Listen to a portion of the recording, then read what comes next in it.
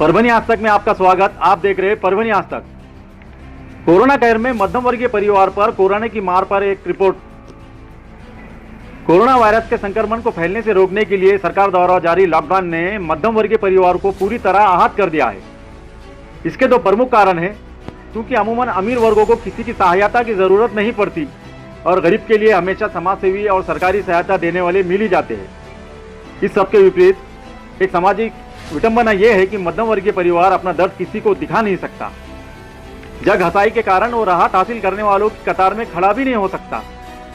समाज और सरकार दोनों की नज़र में मिडिल क्लास परिवार गरीब की अर्हता नहीं रखता है, ये मानना है। कुछ विसंगतियों के कारण जिले के अधिकांश मिडिल क्लास परिवार के राशन कार्ड के आवेदन तहसील कार्यालयों में धूल फांक रहे हैं। फलस्वरूप सरकारी अनाज भी उन्हें नसीब नहीं हो पाता है। लॉकडाउन की अवधि बढ़ने से उद्योग धंधे तथा वाहनों का परिचालन पूरी तरह ठप हो जाने से भी इन परिस्थितियों में आमदनी बंद हो गई है।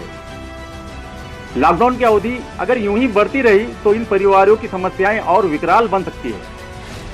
गरीब परिवारों को विधायक से लेकर पार्षद और सामाजिक संस्थाओं से लेकर सोसाइटी निःशुल्क राशन और सहायता प्रदान कर रही है।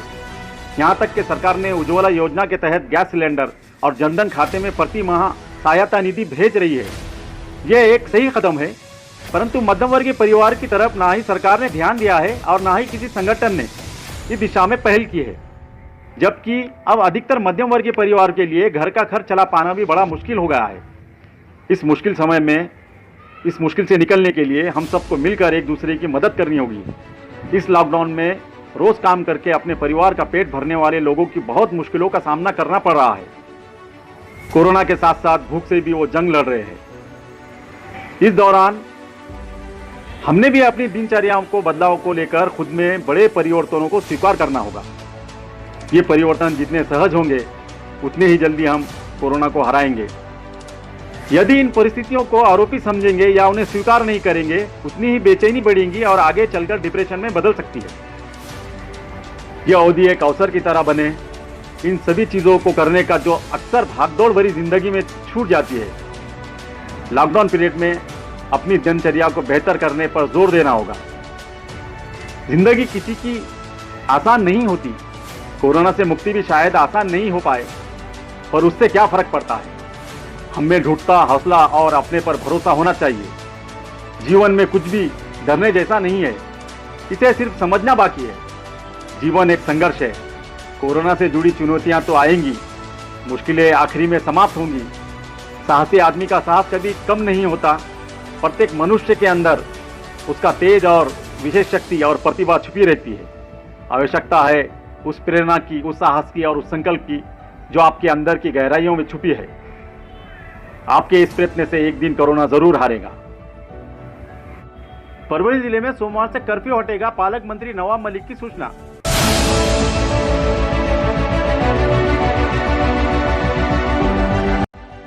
अल्पसंख्यक विकास औकाफ मंत्री और परभनी जिले के पालक मंत्री नवाब मलिक के प्रमुख उपस्थिति में कोरोना महामारी पर एक प्रेस कॉन्फ्रेंस के बीच जानकारी दी है।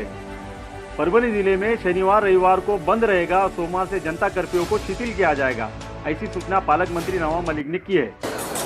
जिथे हे पुणे असतील, ठाणा असतील, उल्हासनगर असतील, नवी मुंबई असतील, तिकडे आता सगळं काही असं आहे की कोविड संपेल याची नाही। असं नाही 1400, 1300, 1200, 1000 पेशंट दररोज येत आहे, पण आजारी झाल्यानंतर त्याला ॲडमिशन करता येते, त्यांना ICU युनिटमध्ये पाठवता येते, व्हेंटिलेटर उपलब्ध आहे।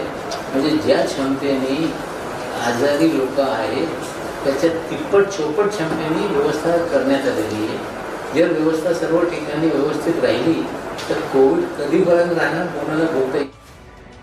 परभनी जिले में कोरोना पॉजिटिव रोगियों के में बढ़ोतरी हो रही है। यह संख्या 400 के नज़दीक पहुंच चुकी है। इसीलिए जिला प्रशासन विशेष खबरदारी ले रहा है। जिला अधिकारी कार्यालय में नियोजन सभागृह में आयोजित एक बैठक में पालक मंत्री नवाब मलिक ने कहा है। इस अवसर पर जिला अधिकारी दीपक मुंगड़ीकर, कार्यकारी मुख्य अधिकारी पृथ्वीराज BP, पुलिस अधीक्षक कृष्णकांत उपाध्याय, महानगर पालिका आयुक्त देवीदास पवार, निवासी उप जिलाधिकारी स्वाति सूर्यवंशी इनकी उपस्थिति थी। पालक मंत्री नवाब मलिक ने कोरोना के संदर्भ में परभनी जिले में डोर टू डोर व्यापक सर्वे करने की मुहिम चलाने की सूचना दी है। क्वारंटाइन के व्यक्ति को होम क्वारंटाइन कर उनको जीवन आवश्यक चीजों की पूर्तता करने का नियोजन करने और ग्रामीण के रोगियों के लिए वाहनों की कमी को दूर करने के लिए लोक प्रतिनिधि के स्थानीय निधि से तत्काल वाहन खरीद करने की सूचना भी दी है।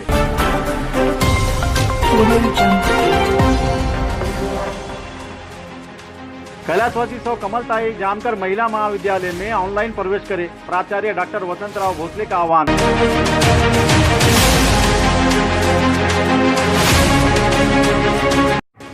परभनी शहर के प्रसिद्ध महिला महाविद्यालय कैलाशवासी सौ कमलताई जामकर महिला महाविद्यालय, यहाँ इस वर्ष के लिए BA, BCom, BCA, BOC इन विषयों के लिए पहले वर्ष के लिए और डिग्री के लिए MA संगीत, MCom, MSc, CA इन विषयों के लिए ऑनलाइन तरीके से प्रवेश दिया जा रहा है।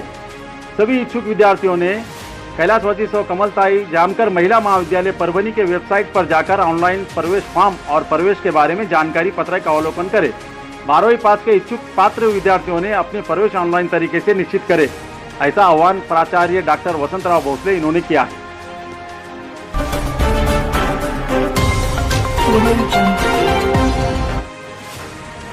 Haji Mohammad Padela junior college of science के 12वीं के 2020 के नतीजे से विद्यार्थियों में खुशी की लहर।